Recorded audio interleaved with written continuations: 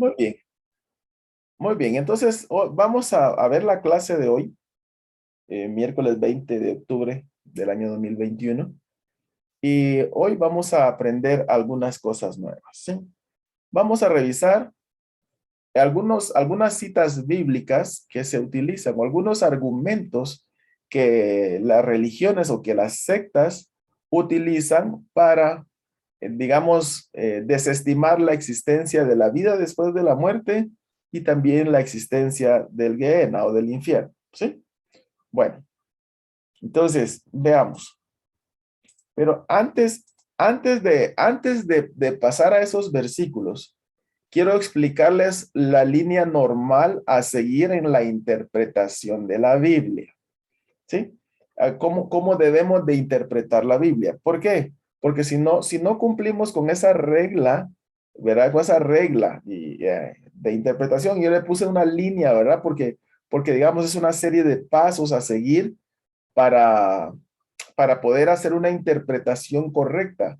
Y cuando decimos interpretación correcta, es conforme a lo que el Señor inspiró en los agiógrafos para que escribiesen. Obviamente también nosotros, con la ayuda del Espíritu Santo, logramos comprender la revelación de Dios a través de lo que escribieron sus agiógrafos. Sin embargo, también es bueno, es importante, perdón, hacer un estudio minucioso siguiendo ciertas reglas. ¿Por qué? Porque la palabra del Señor es texto y como tal nosotros tenemos que tratarlo como texto para poder encontrar la interpretación. Obviamente el Espíritu Santo ahí nos está guiando para poder ir entendiendo muy bien, como dije, la revelación que Él le dio a los agiógrafos cuando los inspiró a escribir lo que escribieron. Muy bien. Entonces, vamos a ver estos pasos. No, digamos, no quise ser muy profundo, solo es a nivel general y digamos a nivel superficial, ¿verdad? Pero es esencial, ¿sí? Es esencial. El hecho que sea superficial no quiere decir que no sea importante, sino que es lo esencial para poder hacer una buena interpretación de la Biblia. Entonces, veamos. La Biblia, hermanos, es un libro que debe interpretarse de manera integral, de manera integral. ¿Qué quiero decir con esto? Tenemos que hacer una interpretación de toda la palabra, ¿sí? De toda la palabra, de toda la Biblia. ¿Cómo lo vamos a hacer? Bueno, la Biblia es un libro que no tiene un orden específico, ¿sí? Es decir, no nos lleva en un orden específico para poder, digamos, discernir o interpretar un tema eh, a la primera. Tenemos que hacer un estudio profundo de varios pasajes de manera integral para poder generar una buena doctrina, una buena idea, una buena interpretación. Entonces, la Biblia es un libro que no tiene un orden específico. Eso tenemos que entenderlo. Entonces, y por eso es necesario interpretarla partiendo del tema central que el Señor le dio. ¿Sí? O sea, toda la Biblia tiene un solo tema central. ¿Cuál es ese tema central? Es Dios propiciando salvación a todos los hombres en Jesucristo. Ese es el tema central de la Biblia. Desde que el Señor escribió Bereshit bara Elohim, en el principio creó Dios, hasta el final del Apocalipsis, todo eso es una idea central. Es Dios propiciando salvación a todos los hombres en Jesucristo. Si nos salimos de ese tema central, estamos desviando nuestra interpretación. Entonces, el tema central de la Biblia es ese. Dios propicia, Dios genera, Dios da la oportunidad de salvación a todos los hombres en Jesucristo. Ese es el tema central. ¿Okay? Entonces, cuando hacemos una interpretación, tenemos que partir ya sabiendo que el tema central de la Biblia es ese. En el antiguo pacto, el Señor prepara la plataforma para que el Mesías llegara a este mundo, para que el Mesías llegue a este mundo. ¿Sí? Pero siempre bajo el mismo esquema, bajo la misma idea central. bajo el mismo tema central, que Dios propició salvación a todos los hombres en Jesucristo. Entonces, en el antiguo pacto, el Señor prepara toda la plataforma, ¿verdad? Toda la plataforma, desde el pacto con Abraham, pasando por Isaac, pasando por Israel, con Jacob, que después le cambia el nombre a Israel, pasando por el resto de patriarcas y las 12 tribus, todo eso es la plataforma. El Señor estaba armando la plataforma para que el Mesías, nuestro Señor Jesucristo, que era el que iba a propiciar la salvación, llegara a este mundo. En el nuevo pacto, el Mesías ya vino a este mundo a cumplir su ministerio para consumar la ejecución del plan de salvación para la humanidad por medio del evangelio. ¿Sí? Entonces, en el antiguo pacto nos narra la preparación de la plataforma y en el nuevo pacto la consumación del plan. ¿Sí? Ambos son parte del plan, ¿verdad? La plataforma ya es la ejecución del plan, pero era generando la plataforma para que viniera el Mesías, y el nuevo pacto nos narra que el Mesías vino y ya propició la salvación para la humanidad por medio del evangelio. ¿Sí? Bien.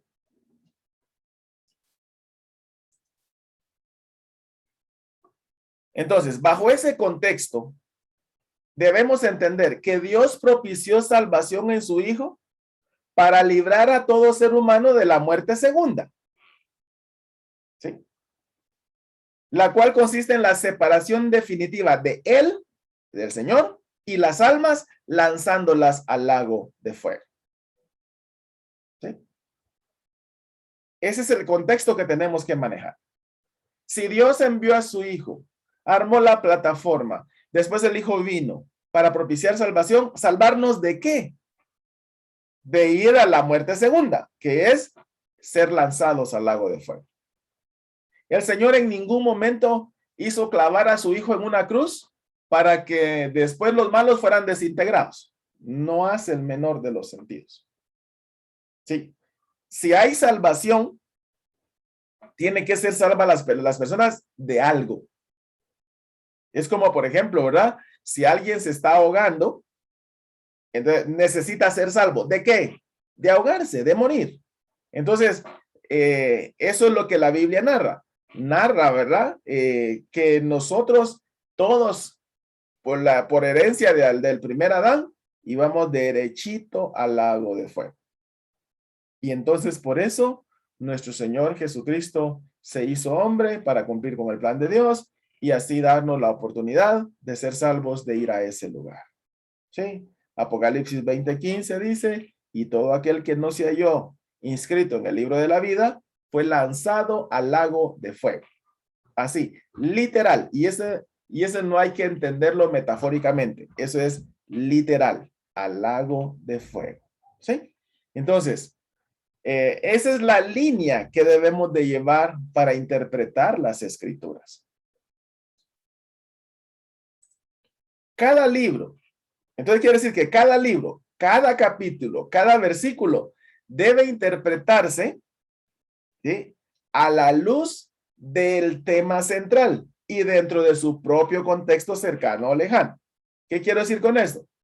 Que cada libro, hermanos, cada libro, cada capítulo, cada versículo debe interpretarse a la luz del tema central. ¿Cuál es el tema central? ¿Cuál es la idea central?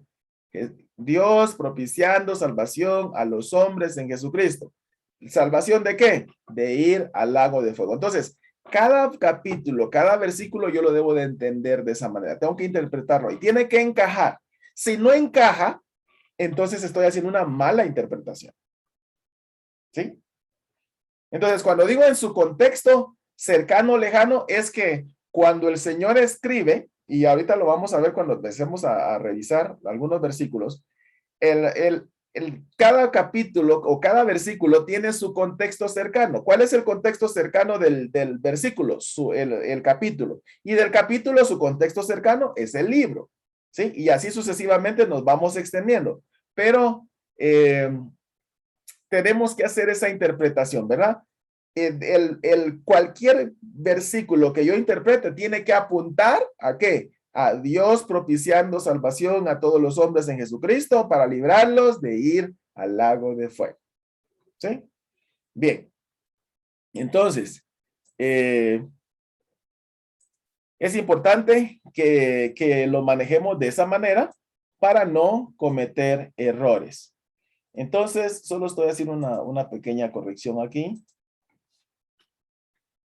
¿verdad? Ok, muy bien. Entonces, solo déjenme grabar y vuelvo a proyectar. Muy bien, entonces nuestro Señor nos dejó su palabra para que lo interpretásemos de esa manera. Muy bien. Entonces, sigamos. Ahora, ¿cuáles son los errores que se cometen? ¿Qué errores se cometen? Y lo cometen normalmente las sectas. Cometen los errores en la interpretación de las escrituras. ¿Cuáles son esos errores? Veamos.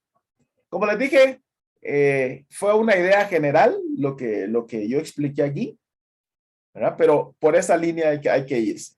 Pero ¿cuáles son los errores que se cometen? Bueno, los errores que cometen las doctrinas o los que formulan doctrinas falsas y con esas doctrinas se pasan llevando un montón de gente, son, el primero, levantan doctrinas desde versículos, los cuales al ser interpretados fuera del tema central y de todo su contexto, transmiten principios sesgados de la verdad bíblica. ¿Qué quiero decir con eso?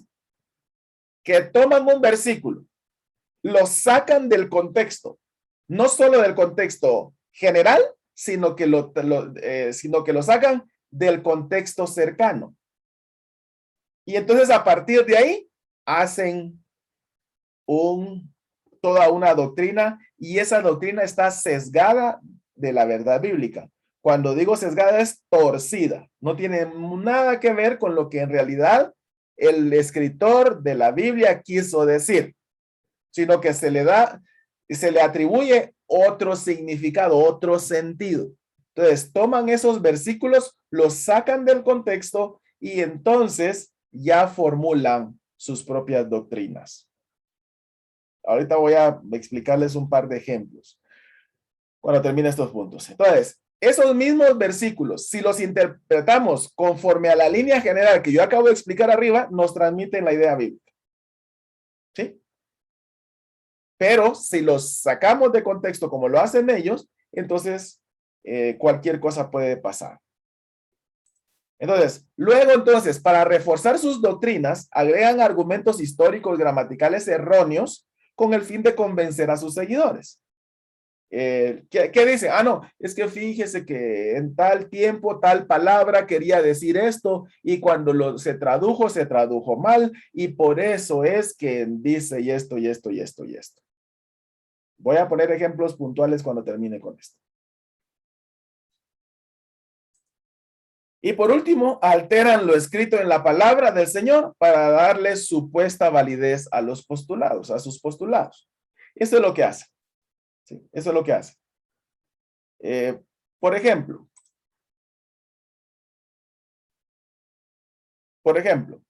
los testigos de, bueno, vamos a ir con los adventistas, que son los papás de los testigos de Jehová.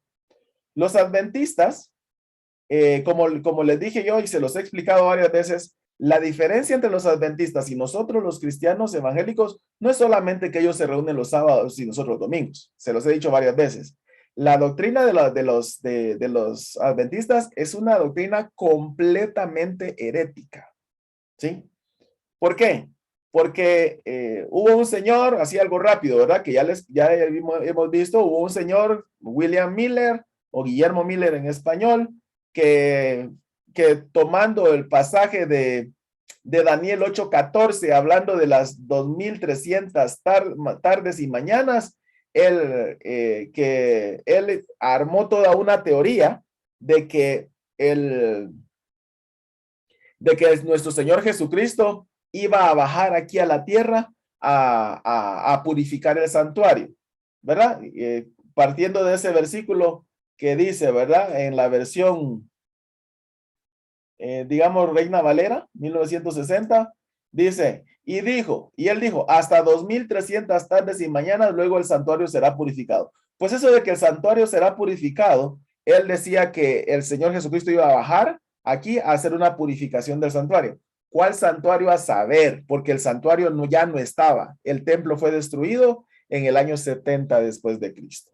Entonces él, haciendo un supuesto cálculo matemático, dijo que Jesucristo iba a venir en 1844, ¿sí?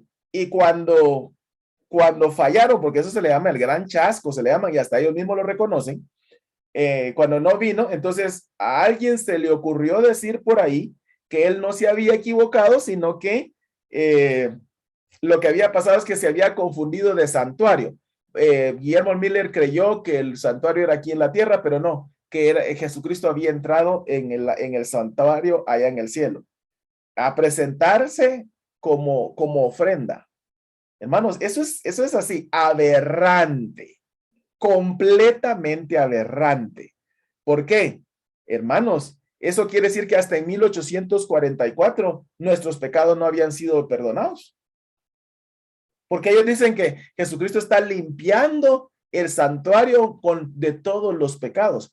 Por favor, no, nada les costaba decir, nos equivocamos,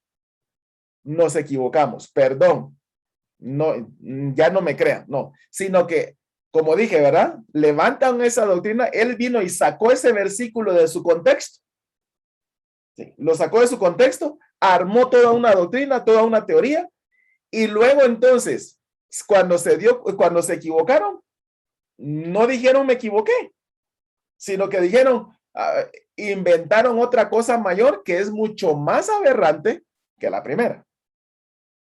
Entonces, y por eso después ellos alteraron la palabra, ¿sí? Alteraron la palabra porque ellos crearon una Biblia que se llama Clear Word, o sea, palabra clara, para ir a sustentar tanto eso como el tema de los días sábados, ¿sí?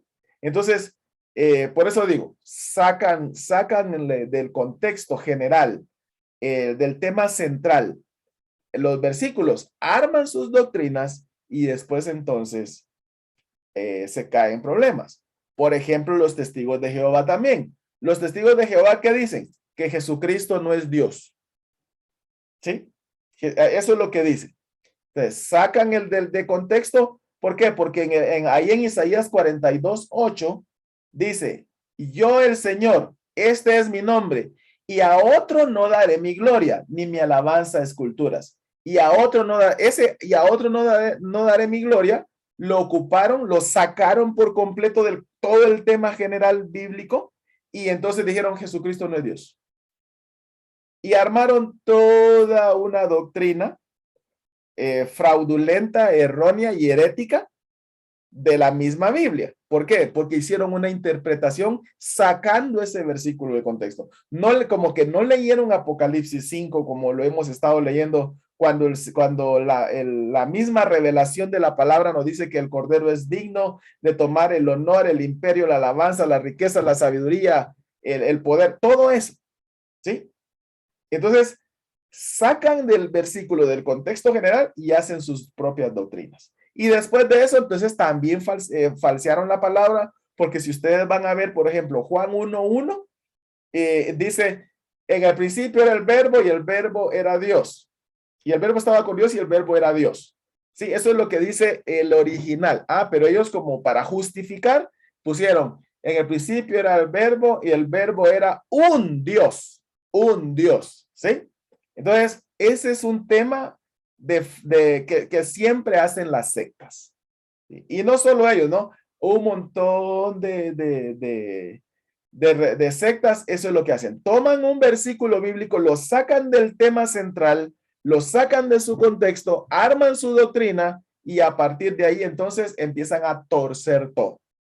Ese es el caso de los testigos de Jehová, de los mormones, de los adventistas.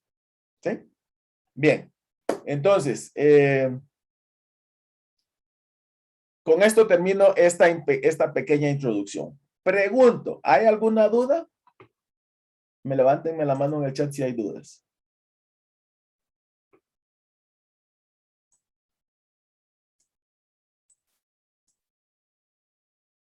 ¿No hay dudas? Bien, si no hay, Entonces ahorita pasamos al otro punto.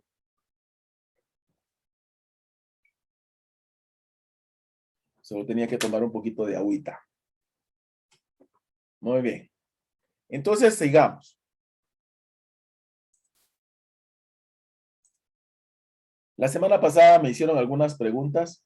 Solo quiero ver si están las personas que me hicieron esas preguntas.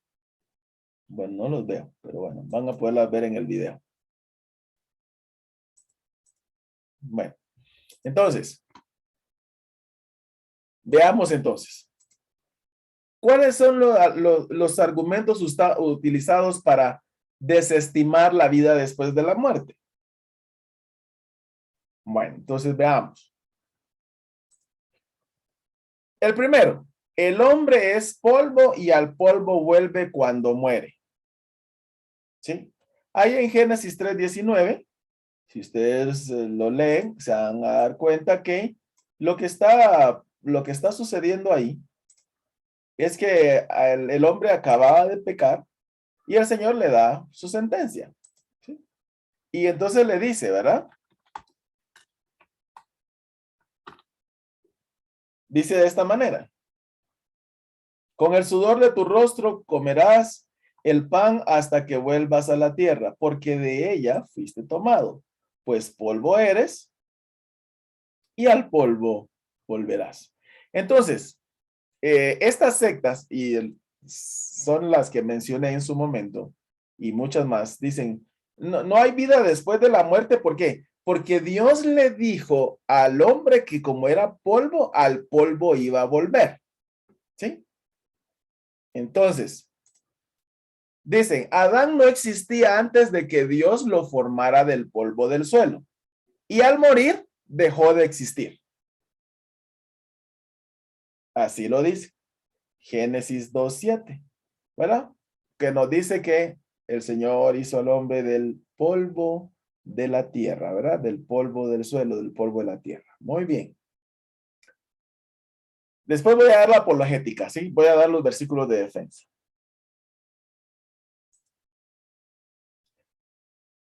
Lo mismo, dicen ellos, sucede tanto a los seres humanos como a los animales. Dejan de respirar y vuelven al polvo de la tierra. Vamos a leer Eclesiastés 3:19 y 20. Eclesiastés 3:19.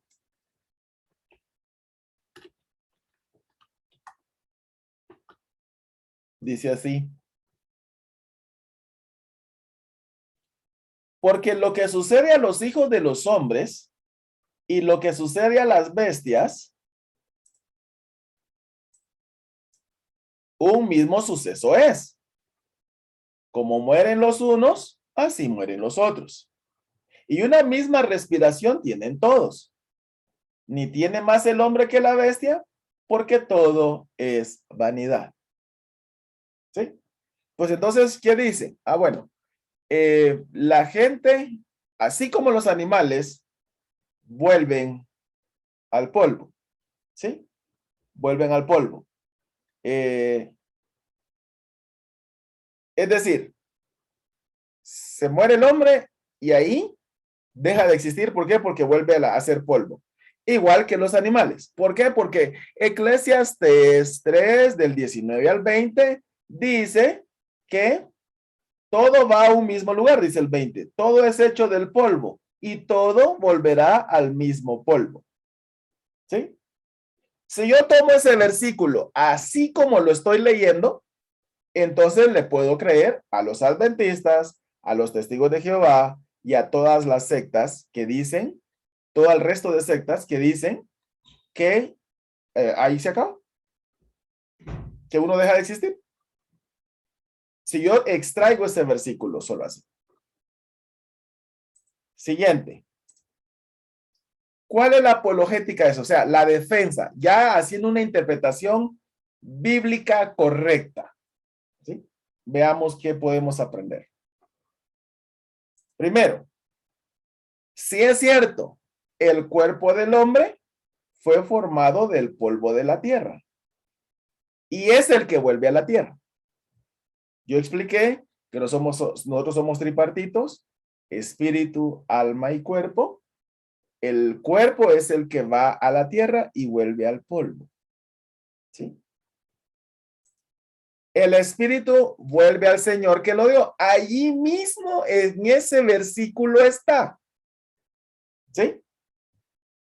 En ese versículo está que el cuerpo es el que va, ¿verdad? Porque ellos dicen, no, es que lo que pasa es que el cuerpo se vaya a la tierra y ahí deja de existir. Sí, pero ahí mismo en Eclesiastés, están utilizando Eclesiastés. Fíjense pues, están utilizando Eclesiastés 3 del 19 al 20.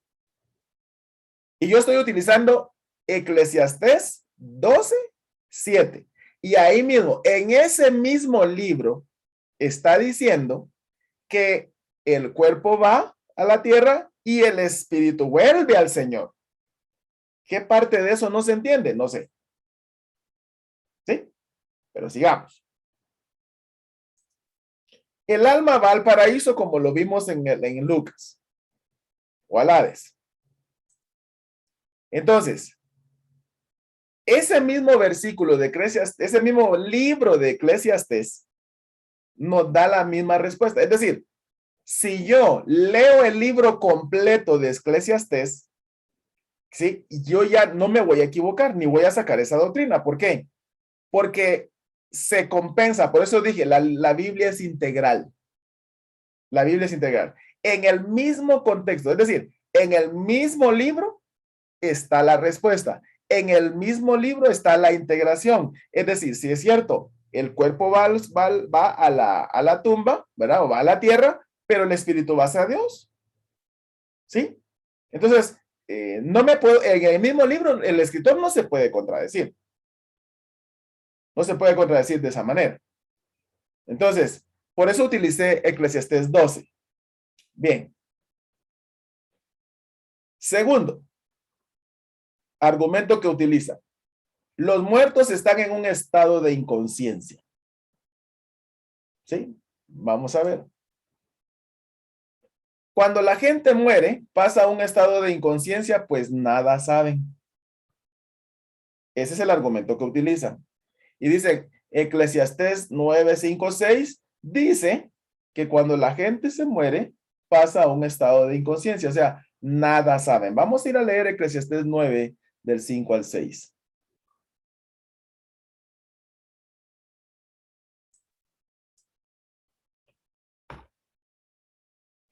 Eclesiastés 9, solo es para que cargue mi compu. Está un poco lento. ¿Me escuchan, hermanos?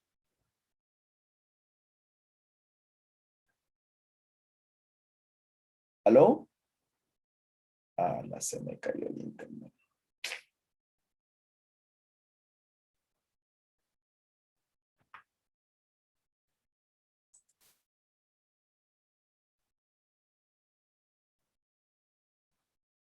Hola, hermanos. Hola, hola, ¿me escuchan? Hoy sí, hermano, lo escuchamos. Amén. Ok, sí, es que se me había caído el internet. Perdón, se me había caído el internet por un momento. Disculpe, vamos a ver aquí. Ahora sí, ya tenemos internet de vuelta. Muy bien. Entonces, les decía, ¿hasta dónde me escucharon?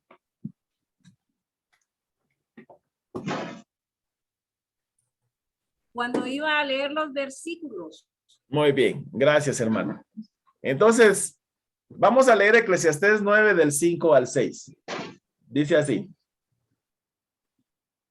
Porque los que viven saben que han de morir, pero los muertos nada saben, ni tienen más paga porque su memoria es puesta en el olvido.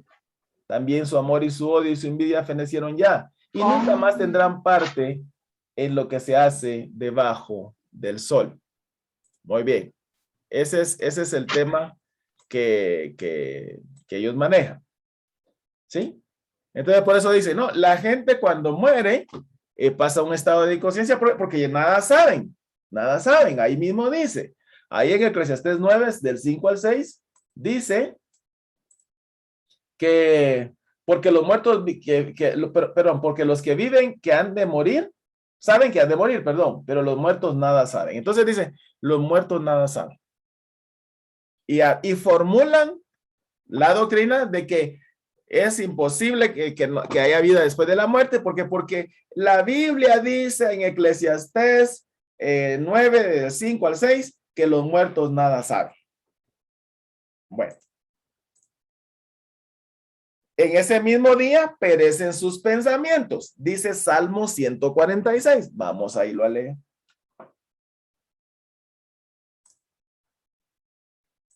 Salmos 146. Perdón. Salmos 146, 4, dice. Pues sale su aliento y vuelve a la tierra. En ese día perecen sus pensamientos. Pues sale su aliento, está hablando que sale el aliento de vida y vuelve a la tierra. Está hablando del hombre. En ese mismo día perecen sus pensamientos. Y ese versículo lo toman y dicen, no, vea. Eclesiastés 9, del 5 al 6, dice que los muertos nada saben, y Salmo 146, 4 dice que su aliento sabe, y sale de ellos y vuelven a la tierra, y en ese mismo día perecen sus pensamientos. Si yo tomo esos versículos aislados, hermanos, ellos tienen razón. Pero ya vamos a hacer una interpretación correcta de la palabra. Dicen, están en un sueño profundo. El alma, el espíritu y el cuerpo juntos. ¿Sí? El alma y el espíritu y el cuerpo están juntos. O sea, es decir, la persona está dormida. Ahí está en un sueño profundo, como que nosotros estuviéramos dormidos, ¿verdad? Eso es lo que ellos dicen. Vamos a ir Salmos 13:3.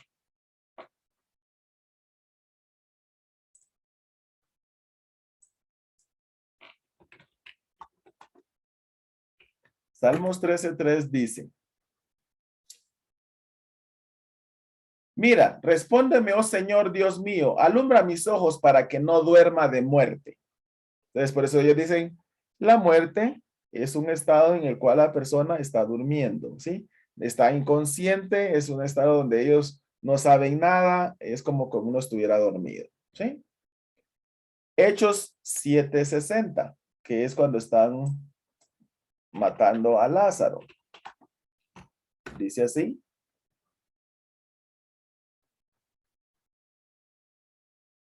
Y puesto de rodillas Lázaro, ¿verdad?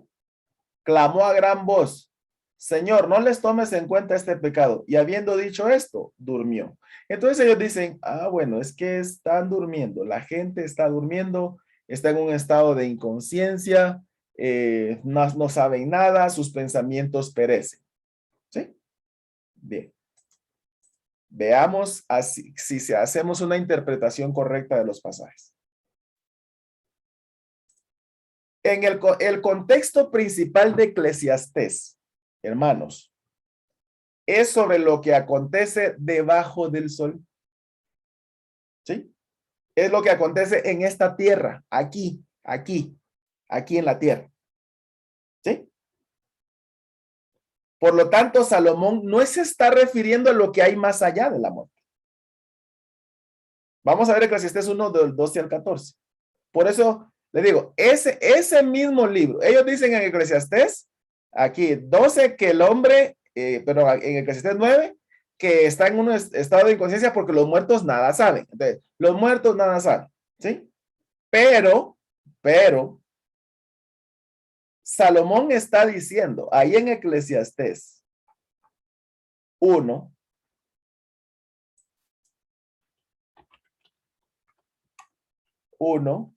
del 12 al 14, está diciendo, yo, el predicador, fui rey sobre Israel en Jerusalén. Y di mi corazón a inquirir y a buscar con sabiduría sobre todo lo que se hace debajo del cielo. Debajo del cielo. En penoso trabajo este penoso trabajo dio Dios a los hijos de los hombres para que se ocupen en él.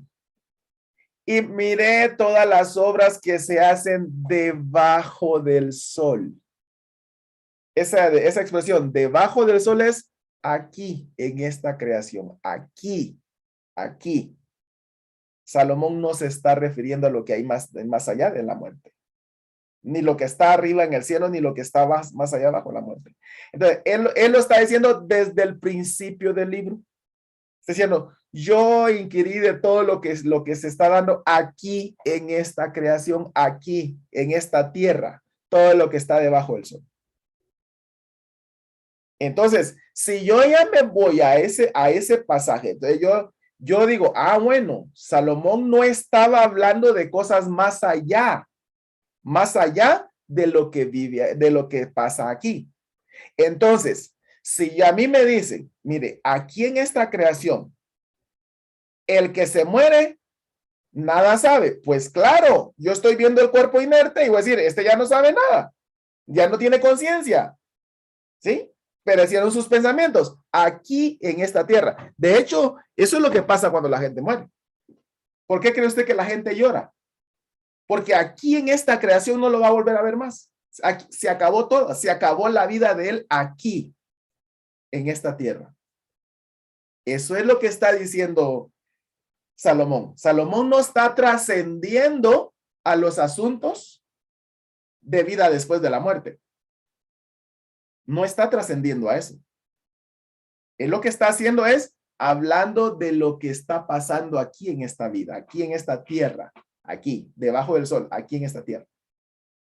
Entonces, yo no puedo entonces decir que sí, es que los muertos, dice, la Biblia dice que los muertos están durmiendo y no hay una vida después de la muerte, porque Salomón dijo, no, yo tengo que leer todo el libro, todo el libro. Si yo leo todo el libro de Eclesiastés, entonces me voy a dar cuenta que Salomón está hablando de lo que pasa aquí. De lo que pasa aquí. No de lo que pasa debajo. Eso lo dice la gente va al Seol. ¿Por qué? Porque sabe que va al Seol. Pero no sabe qué pasa allá. ¿Sí? El contexto principal del Salmo 146 es un tema terrenal, hermanos, también. ¿Y qué está haciendo ese salmo? Está contraponiendo lo vacío que es poner la confianza en hombres mortales en lugar de poner la confianza en el Señor que reina para siempre. Vamos a leer el Salmo 46 completito. Oiga cómo dice. Alaba, oh alma mía, al Señor. Alabaré al Señor en mi vida. Cantaré salmos a mi Dios mientras viva. Oiga cómo dice el 3.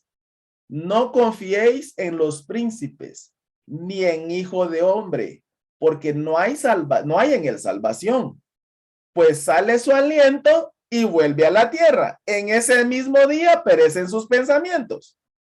Bienaventurado aquel cuyo ayudador es el Dios de Jacob, cuya esperanza está en el Señor su Dios, el cual hizo los cielos y la tierra, el mar y todo lo que en ellos hay, que guarda verdad para siempre, que hace justicia a los agraviados, que da pan a los hambrientos. El Señor liberta a los cautivos. El Señor abre los ojos a los ciegos. El Señor levanta a los caídos. El Señor ama a los justos. El Señor guarda a los extranjeros, al huérfano y a la viuda sostiene. Y el camino de los impíos transforma. Y oiga cómo termina el Salmo. Reinará el Señor para siempre. Tu Dios, oh Sión, de generación en generación. Entonces, ¿qué está diciendo el Salmo? No pongas tu confianza en los príncipes, hijos de hombre, que se van a morir, sino ponla en aquel que reina para siempre, en el Señor. Eso es lo que está diciendo el Salmo. ¿Sí? El Salmo no está diciendo, perecieron la gente que se muere, vuelve a la tierra y ahí perecen sus pensamientos. Si yo saco solo ese versículo, entonces yo sí puedo decir, hey, sí tienen razón. Pero el Salmo no está hablando de eso. El Salmo está claramente contraponiendo la idea de poner la confianza en un príncipe o en un hijo de hombre que se va a morir y que perece en lugar de ponerlo en el Dios Todopoderoso que reina para siempre. ¿Sí? ¿En quién tengo que poner la confianza? Me está diciendo el Salmo. En el Señor, porque como dice Isaías, ¿verdad? Porque en el Señor está la fortaleza de los siglos, lo dice Isaías 26. ¿Sí? Entonces, no está hablando, el Salmo no está hablando, ni está diciendo, es que la gente se muere y ahí perecen sus pensamientos. Lo está hablando desde un punto de vista terrenal. No, aquí, no pongan la confianza en el Señor. Pero no pongan la confianza en un hombre, ni en un príncipe, ni en un hijo del hombre. Pónganla en el Señor que reina para siempre. ¿Verdad que es bien diferente hacer una interpretación de esa manera? Y entonces, además, hermanos, el alma del hombre sale de él cuando muere, no se queda adentro durmiendo. Porque ellos dicen, no, es que el sueño es un sueño profundo, el alma y el espíritu están ahí, se duermen, ¿verdad? No, ya vimos que ahí mismo en Eclesiastés, que es que está el versículo que ellos utilizan, ahí mismo dice que el espíritu vuelve al Señor. Pero oiga cómo dice en Primero de Reyes 17:21. Ahí en Primero de Reyes 17:21 está Elías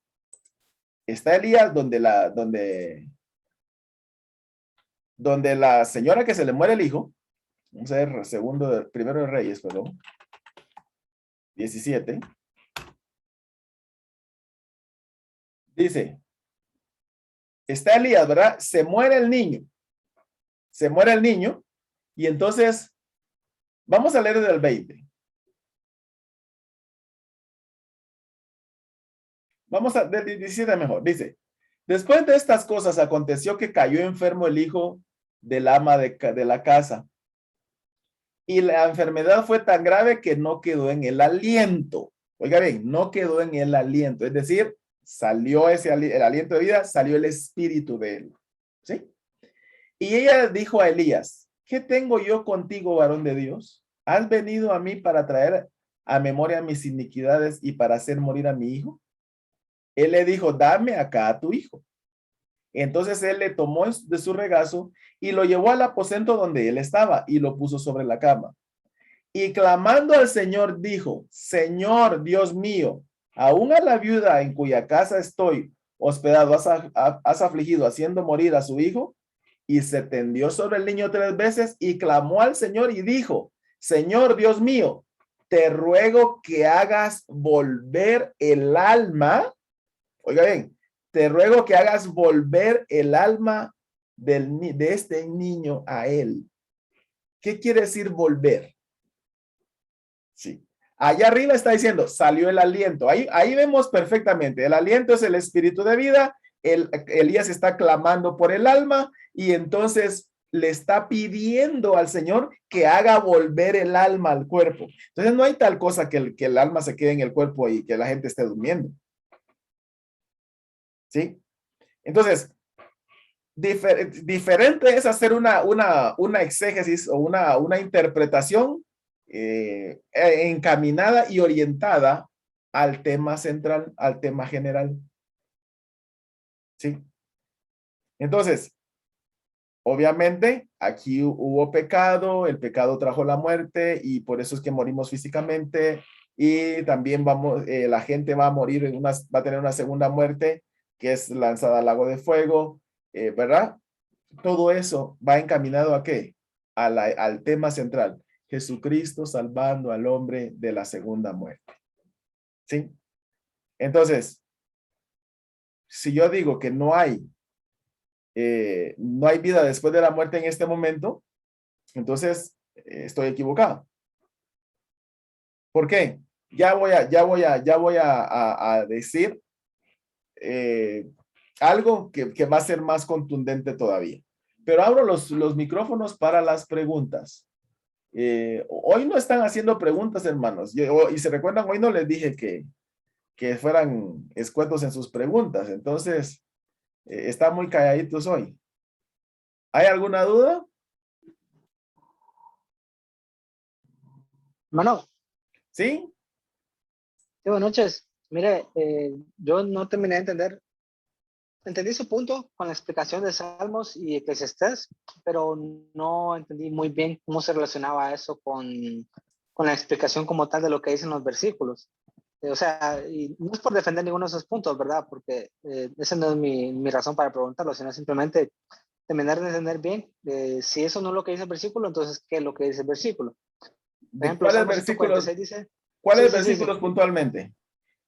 Lo que usted mencionó. Dice Salmo 146, no confíes en los príncipes ni en hijo de hombre, porque no hay en él salvación. Pues sale su aliento, vuelve a la tierra, en ese mismo día aparecen sus pensamientos. Ok, ciertamente, ¿verdad? La idea central del escritor no es darnos a entender que en ese mismo día aparecen sus pensamientos, sino que no debemos de confiar en los príncipes ni en los hijos de los hombres, porque ellos van a morir y van a volver a la tierra. Sale su aliento, que es su espíritu, y vuelve a la tierra. Ok. Pero esa es la explicación que se nos dio, ¿verdad? Y tiene sentido. Pero, ¿cómo calza ese detalle que menciona el versículo? En ese mismo día aparecen sus pensamientos. ¿Cuál es la interpretación correcta de esa parte entonces? La interpretación correcta es esta. No confíes, así la idea es, no confíes en gente que se muere. Así, no confíes en gente que se muere. Porque entonces si ¿Pero pones por qué el detalle entonces? si confías en gente que se muere, entonces estás, digamos, como arando en el mar. Eso es lo que te está diciendo.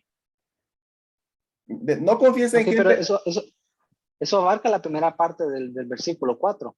No, no, no, no, no. Lo que el tema general del Salmo es, no confíes en gente que se muere, confía en Sí, el sí, Señor ya que sé, hermano, permanece pero para ¿cuál siempre.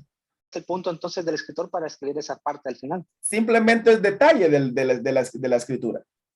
Pero al final hay una idea central. En cada capítulo hay una idea central. Y la idea central es esa. Te dice, no pongas atención, no pongas tu confianza en gente que se va a morir. Sí, pero Porque aunque haya entonces ideas centrales, vas a al quedar en mismo el tiempo hay aire. un montón de ideas secundarias. No, lo que pasa es que ahí lo que estás haciendo es queriendo realzar la idea secundaria, cuando que la idea secundaria aquí lo que está haciendo nada más es un detalle que está diciendo él. Te está diciendo, no Por confíes en eso, él. por eso lo estoy preguntando. Yo no lo estoy preguntando cuál es la idea central, porque la idea central ya la explicó usted y está correcta, ¿verdad? La idea central es que no hay que confiar en los hombres porque mueren.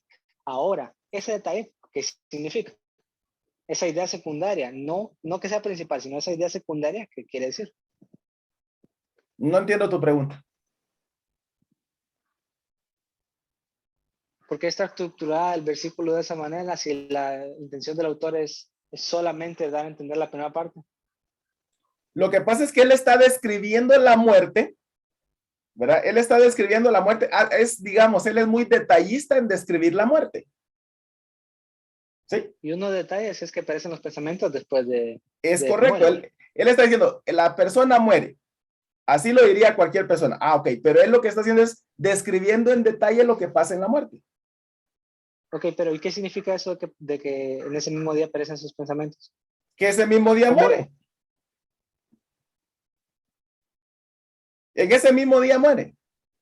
Es ¿Cómo es decir, que supuestamente lo interpretan los... imagínate que vienes tú y confías en un hombre y el hombre te promete algo, ¿sí? En sus pensamientos te promete algo, esos pensamientos, perdón, lo lleva a prometerte algo y tú confías en eso que te está explicando, que te está, digamos, él te está prometiendo.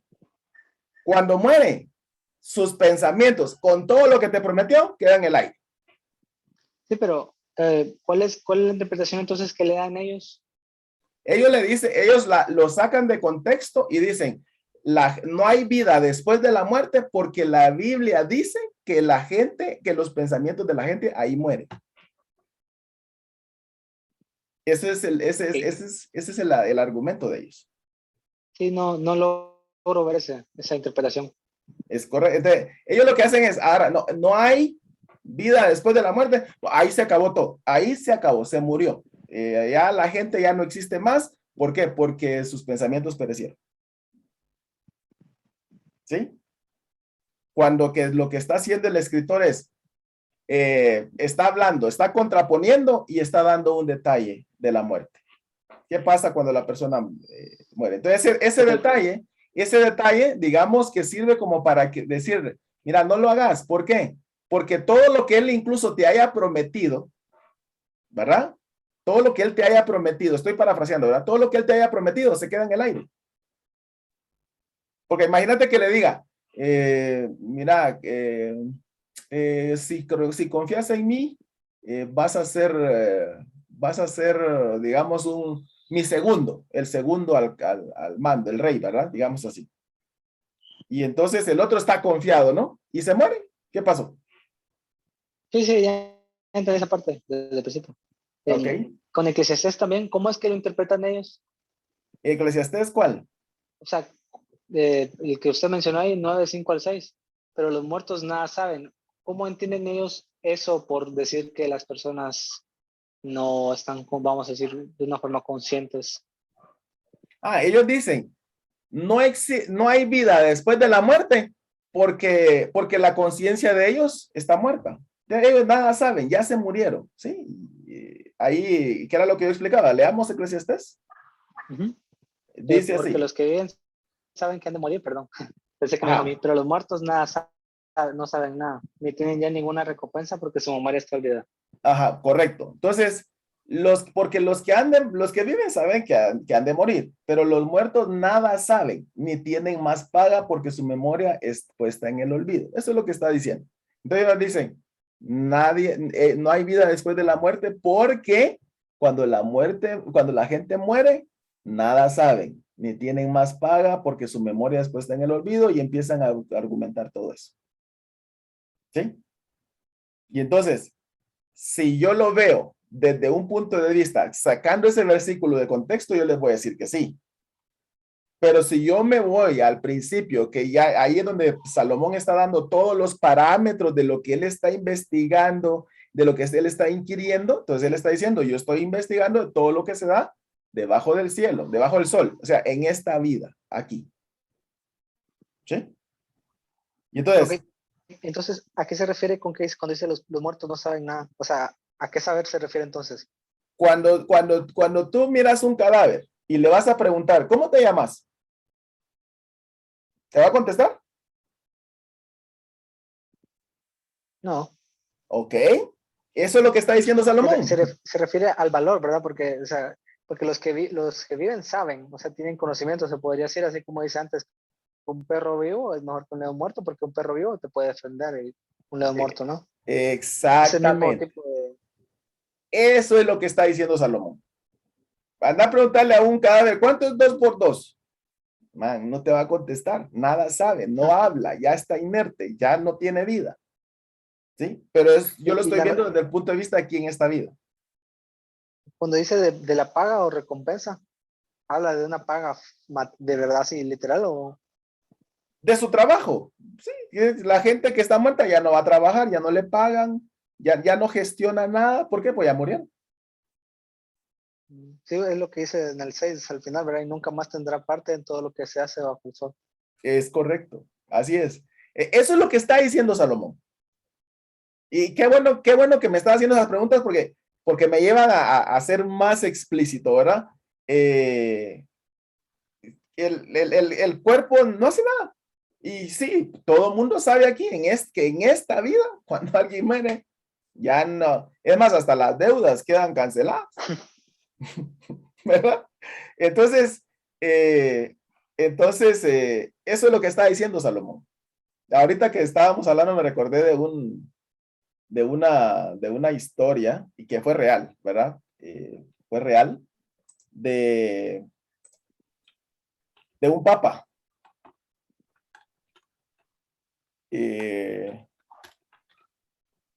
Fue un papa que fue juzgado después de muerto. ¿Sabían ustedes eso? Eso fue un juicio que se dio. Ese se le llama el famoso concilio cadavérico, se le llama eso. Y fue Porque quemado. ya ahorita del lado del tiempo. Ese se dio un concilio, se le llama el concilio cadavérico, que se dio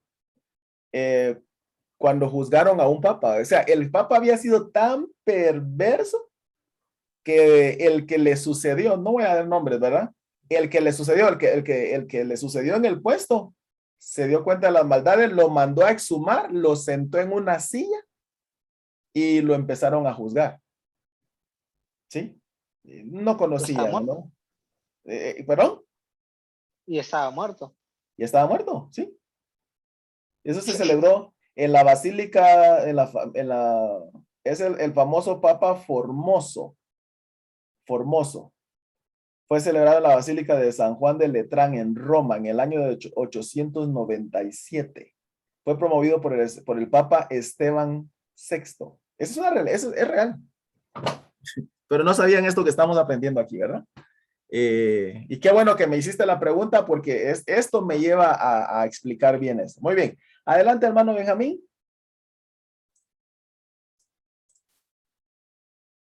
Hermano Benjamín. Sí, sí.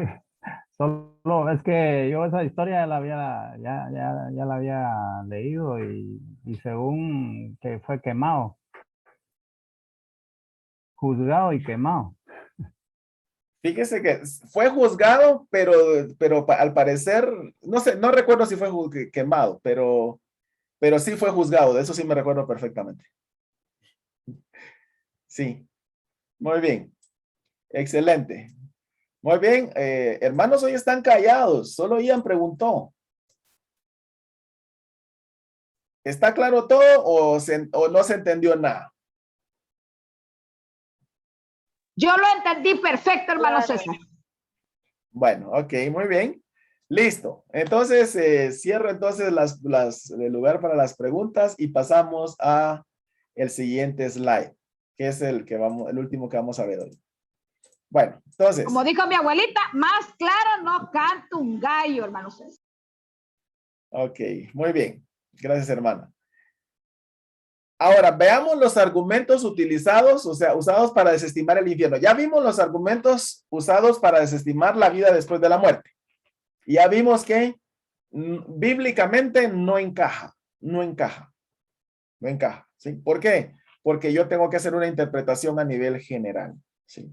Y como mostré, el mismo libro nos da en su contexto, nos da las respuestas y nos da la integración de lo que nosotros podemos tomar para hacer una buena interpretación. Como dije, lamentablemente las sectas lo que hacen, eso es lo que hacen, sacan versículos y arman sus doctrinas de ahí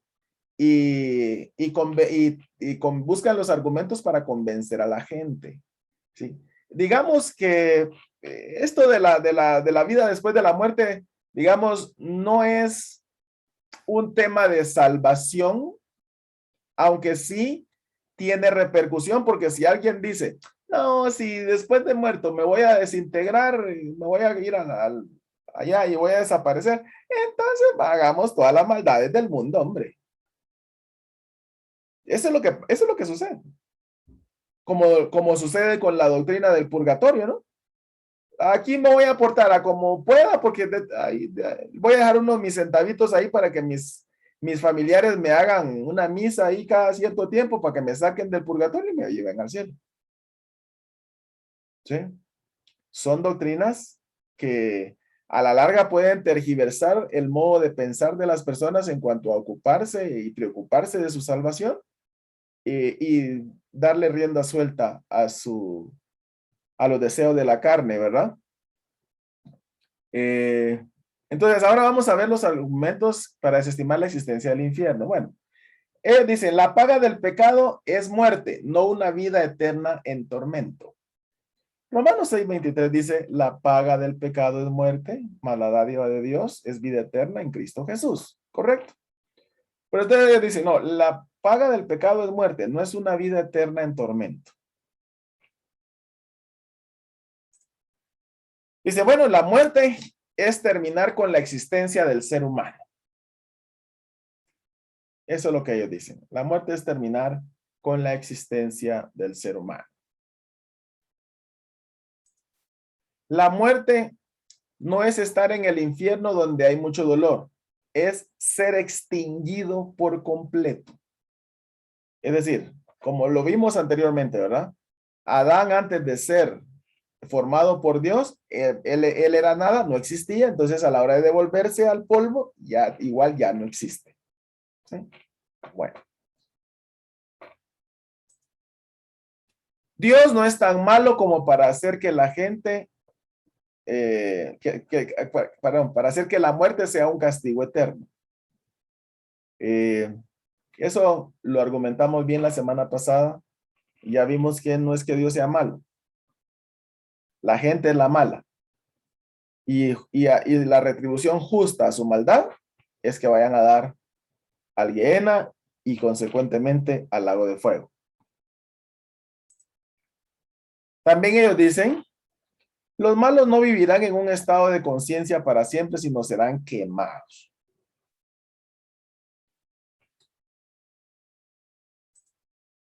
En el día ardiente serán hechos estopa. Malaquías 4.1. Vamos a ir a ver Malaquías 4.1.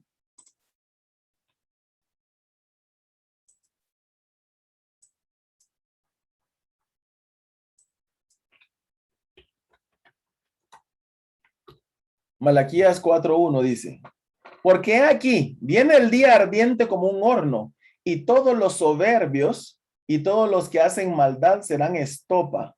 Aquel día que vendrá los abrazará, ha dicho el Señor de los ejércitos, y no les dejará ni raíz ni rama.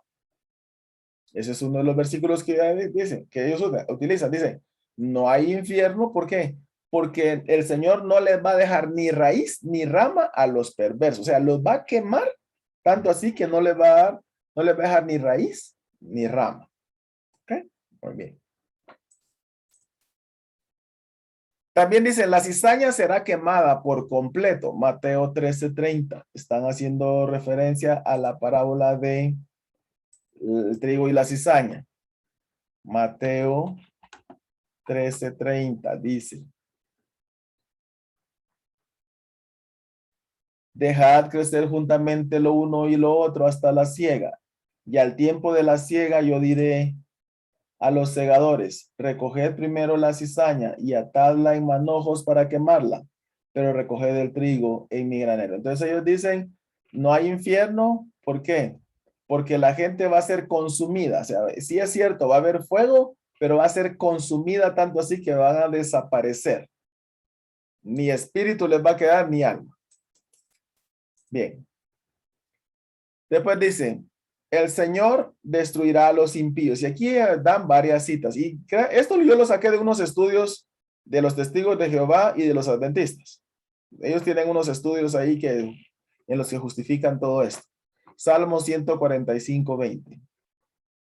Dice así.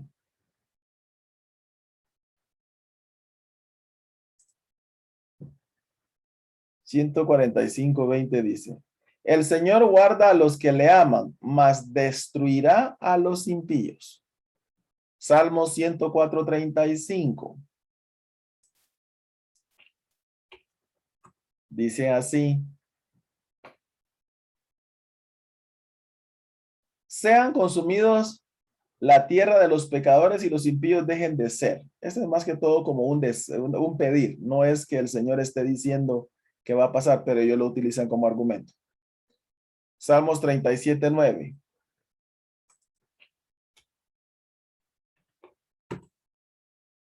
Dice así. Porque los malignos serán destruidos, pero los que esperan en el Señor, ellos heredarán la tierra. Y Salmos 37:20 dice, mas los impíos perecerán, y los enemigos del Señor, como la grasa de los carneros, serán consumidos, se disiparán como el humo. Entonces dice, la gente se va a disipar. Los malos se van a disipar, ¿sí? Y otra vez digo, si yo tomo esos versículos alejados del contexto general, entonces, o de la idea central de la Biblia, entonces ellos tienen razón.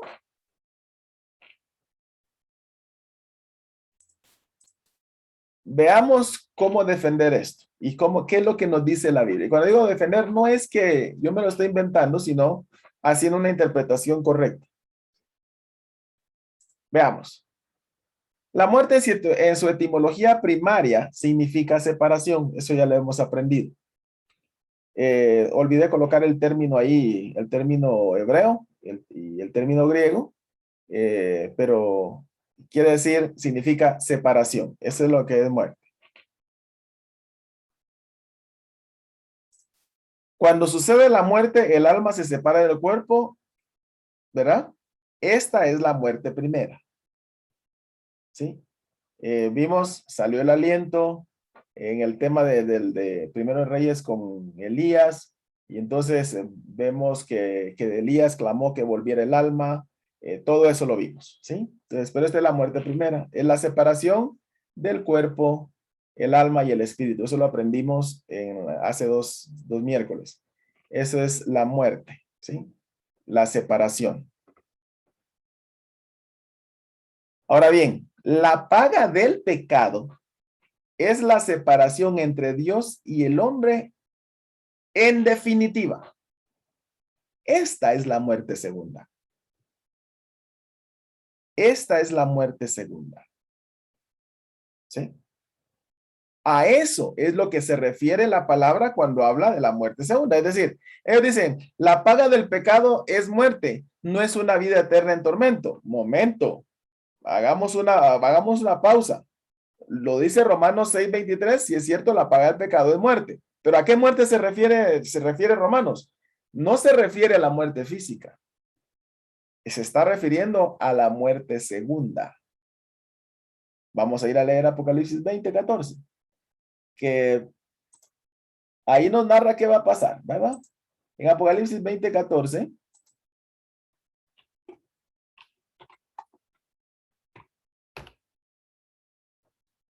Nos narra y dice, y la muerte y el Hades fueron lanzados al lago de fuego. Esta es la muerte segunda. Y el que no, porque ese es seguido, y el que no se halló inscrito en el libro de la vida, fue lanzado al lago de fuego. Arriba nos describe qué es ser lanzado al lago de fuego. Es la muerte segunda, ¿correcto? Ok, de abajo nos dice, y el que no se halló inscrito en el libro de la vida, también fue lanzado al lago de fuego. ¿Ok? Lo hago por aquello que alguien puede decir, no, es que la muerte segunda no es esa, porque el versículo anterior, ahí hay un punto, y después, digamos, viene el versículo 15. No. Aquí dice, y la muerte y el Hades fueron lanzados al lago de fuego. Punto. Esta es la muerte segunda. ¿Qué es la muerte segunda? Ser lanzados al lago de fuego. Y después dice, y el que no se halló inscrito en el libro de la vida, fue lanzado al lago de fuego. Esa es la muerte segunda. Entonces, cuando la palabra del Señor habla en Romanos que la paga del pecado es muerte, está hablando que la paga del pecado es ser lanzado al lago de fuego. Entonces, no hay tal cosa que digamos, la muerte no es una vida en tormento, como ellos lo dicen.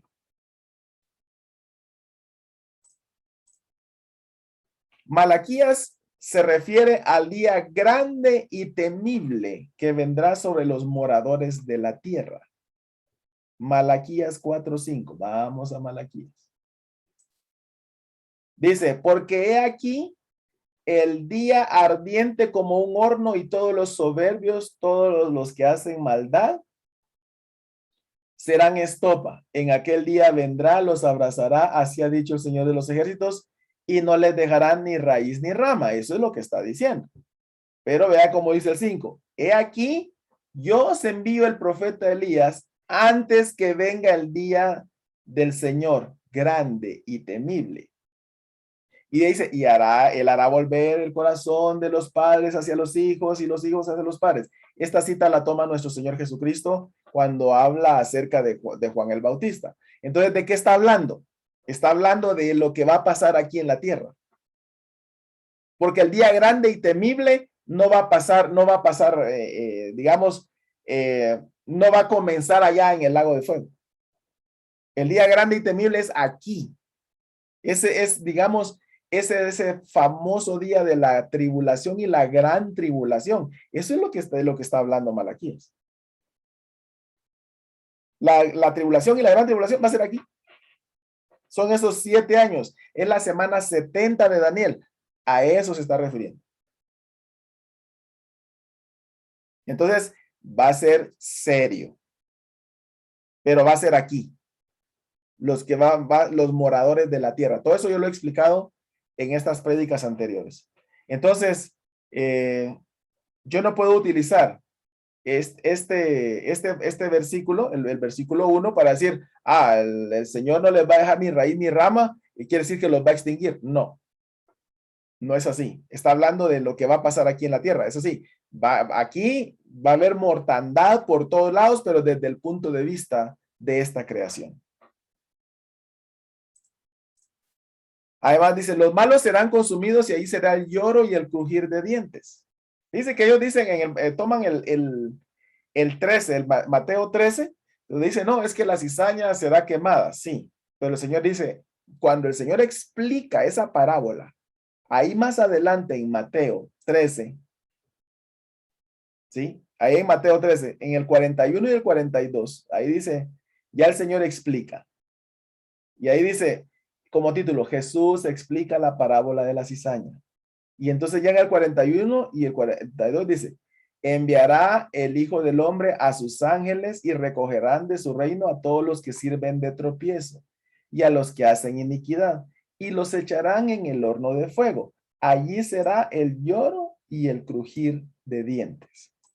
¿Qué es eso de lloro y crujir de dientes? No es un asunto temporal, o que solo les prendieron fuego y lloraron y se crujieron los dientes y se extinguieron. No, ese lloro y crujir de dientes, etimológicamente, figurativamente, lo que está diciendo el Señor es un lloro y crujir de dientes. Es un lamento permanente por los siglos de los siglos. Eso es lo que está diciendo el Señor. ¿Sí? Así se traduce el lloro y crujir de dientes. El ser destruido, consumido del que habla Salmos es en contexto terrenal también. En el Salmo 104:35, ya vamos a terminar. 104.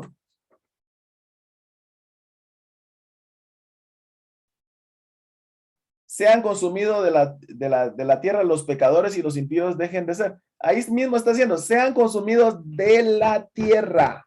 De la tierra. ¿Sí? Está hablando en un contexto terrenal. Hermanos, desde el Antiguo Testamento, porque estas sectas usan muchos pasajes del Antiguo Testamento. Si se dan cuenta, cuando expliqué el tema de los testigos de Jehová, está basado en un tema de Isaías en el Antiguo Testamento. Los adventistas también en el Antiguo Testamento, en el libro de Daniel. Pero fíjense que desde el Antiguo Testamento el Señor habló de la existencia del infierno. Isaías 33:14. Vamos ahí.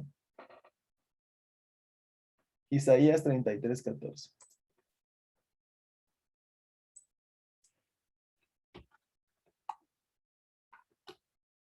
Isaías 33.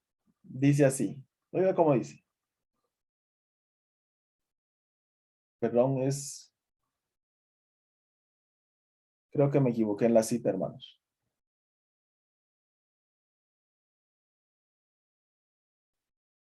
No, bien, ese es. Dice, los pecadores se asombraron en Sión. Espanto sobrecogió a los hipócritas. ¿Quién de nosotros morará con el fuego consumidor? ¿Quién de nosotros habitará con las llamas eternas? Otra vez lo voy a leer. Los pecadores se asombraron en Sión. Los pecadores. Espanto sobrecogió a los hipócritas. ¿Quién de nosotros morará con el fuego consumidor?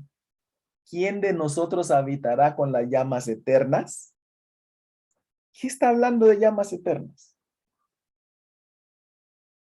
Está hablando Isaías. ¿Sí? Y todo esto está hablando acerca del fuego eterno. Ahora bien, nuestro Señor Jesucristo sacó a la luz la vida, pero también la muerte. Hermanos, antes que viniera nuestro Señor Jesucristo, digamos, habían pasajes como los que utilizamos en los que describían, como este que acabamos de leer de Isaías, que hay fuego eterno, ¿sí? Que los pecadores iban a ir al fuego eterno. Pero nuestro Señor Jesucristo sacó a la luz la vida. Es decir, nuestro Señor Jesucristo, cuando vino, reveló lo que es la vida en contraposición con lo que es la muerte eterna, que era lo que él había venido. Por eso les digo, cuando nosotros interpretamos la Biblia bajo el tema central, no nos desviamos. Él sacó a la luz la vida. Vino el Antiguo Testamento, ahí se armó toda la plataforma para que él viniera, pero no se había revelado digamos, todas las profundidades de lo que hay más allá de la muerte. Si alguien habló muchísimo del infierno, fue nuestro Señor Jesucristo. La semana pasada dije yo que contamos 14 veces, y de seguro hay más. El Señor habló del infierno más que cualquier otro. ¿Cómo entonces yo voy a venir a decir, no hay infierno porque digamos, la paga del pecado es muerte, no es una vida de tormento, la gente va a ser pulverizada, desintegrada, ya no va a dejar de existir? Hermanos, si nuestro Señor Jesucristo vino para eso, para sacar a luz la vida. ¿Por qué? Porque hay una muerte. Y esa muerte es ser lanzado al lago de fuego. Ahí en 2 de Timoteo 1:10, ya estamos terminando. Bueno, hoy estamos terminando a las 1:30.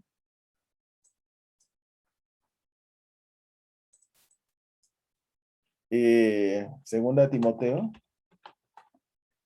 1:10 dice: pero ahora que ha sido manifestada la aparición de nuestro Salvador, Jesucristo, Él quitó la muerte y sacó a luz la vida y la inmortalidad por el Evangelio.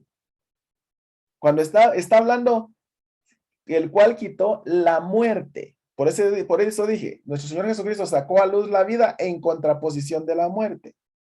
Es decir, todos estábamos condenados, todos habíamos llegado cortos a la gloria de Dios, no alcanzábamos salvación. Nuestro Señor Jesucristo sacó a la luz la vida y entonces Él quitó la muerte. ¿Para quiénes? Para aquellos que creemos en su nombre. ¿Cuál es la muerte? El ser lanzado al lago de fuego. De hecho, ahí en Mateo 10:28, ¿qué dice? Mateo 10:28 dice, creo que se me ok. Mateo 10:28 dice, y no temáis a los que matan el cuerpo, mas el alma no pueden matar. Temed más bien a aquel que puede destruir el alma y el cuerpo en el infierno. ¿Sí? Es decir, el Señor nos dice, hey, es mejor temerle al Señor. ¿Sí? Y cuando habla de temor, está hablando de un temor reverente, ¿verdad? ¿Por qué? Porque es mejor temerle a Él y no temer a los que matan el cuerpo. ¿Por qué? Porque Él va a mandar al infierno a la gente. Entonces, por esa razón, es de que, como dije, ¿verdad?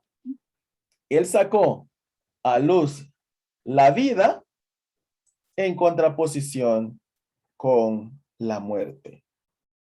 Entonces, digamos, tomar pasajes del Antiguo Testamento para decir que la muerte, pero que la vida después de la muerte no existe y que el infierno no existe, eso, digamos, es no hacer un análisis o una interpretación integral de la Biblia. ¿Por qué? Porque nosotros no podemos entender muy bien el Nuevo Testamento si no tenemos el Antiguo Testamento, pero tampoco el Antiguo Testamento y no tenemos el Nuevo Testamento, porque son complementarios. El Antiguo Testamento es el principio del libro, el Nuevo Testamento es el complemento del libro. Ambos nos dan ideas centrales. Y aquí en este lado, ya en el Nuevo Testamento, nuestro Señor Jesucristo nos vino a revelar muchísimas cosas que estaban ocultas a los hombres, al conocimiento de los hombres. Y entonces el Señor ya nos viene a hablar un montón de veces del infierno. Nos viene a hablar acerca de la parábola del rico y Lázaro, como dicen ellos, ¿verdad? Parábola no es. Parábola no es una historia real. ¿Sí? Entonces, todo eso, hermanos, todo eso nos debe de llevar a pensar en que no debemos de dejarnos guiar por ese tipo de interpretación. Y cuando usted haga una interpretación, siempre tome un versículo bíblico, pero de inmediato lea todo el capítulo. Lea todo el capítulo. Porque si usted toma un versículo y empieza, sí, aquí dice esto. No, vaya a leer el capítulo. Porque el capítulo le va a dar mayor luz de lo que está hablando, de lo que quiso escribir, de lo que escribió el agiógrafo. Y si aún así todavía, después de leer el capítulo, no le encaja mucho, vaya a leer todo el libro. Y si aún así, vaya a leer toda la Biblia. ¿Sí? Así se estudia la Biblia. Entonces, no pueden sacar pasajes. Si yo saco pasajes y los aíslo, entonces yo voy a hablar un montón de barrabasadas, así como ha pasado en los últimos tiempos, que un montón de gente ha inventado un montón de doctrinas. Muy bien. Aquí tengo una pregunta. Dice,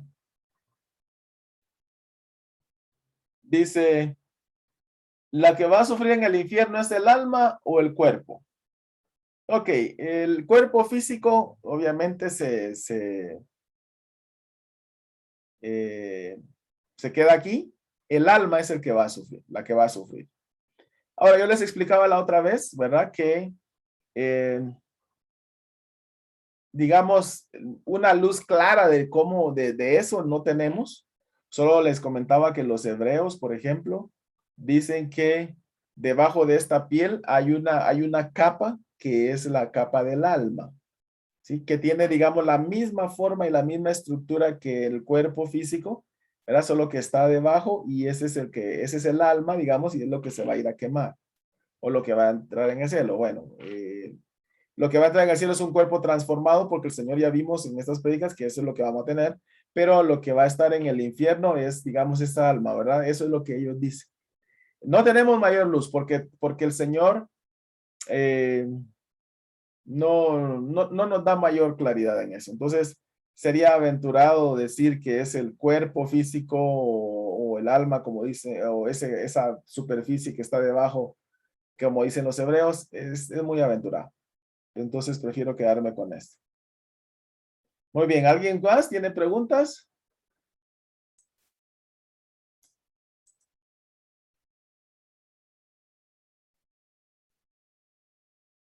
Muy bien. Solo, hermano, solo una consulta ahí, donde nos dijo Mateo 13, 41, 42. Es lo mismo que habla en la historia de Lucas en 16, 23, 16, 19. Sí, son pasajes paralelos y él siempre utiliza, el Señor siempre utiliza el lloro y el crujir de dientes para manifestar el tormento que va a pasar la gente por la eternidad. Ok. Así es. Ahí está. Eso es lo que él maneja, ¿verdad? El lloro y el crujir de dientes para expresar el tormento por la eternidad, que es la muerte segunda. Eso es lo que hace. Ok, gracias, hermano. Muy bien. ¿No hay dudas? Bueno, si ya no hay más dudas, entonces, hermanos, cerramos la enseñanza acá. Y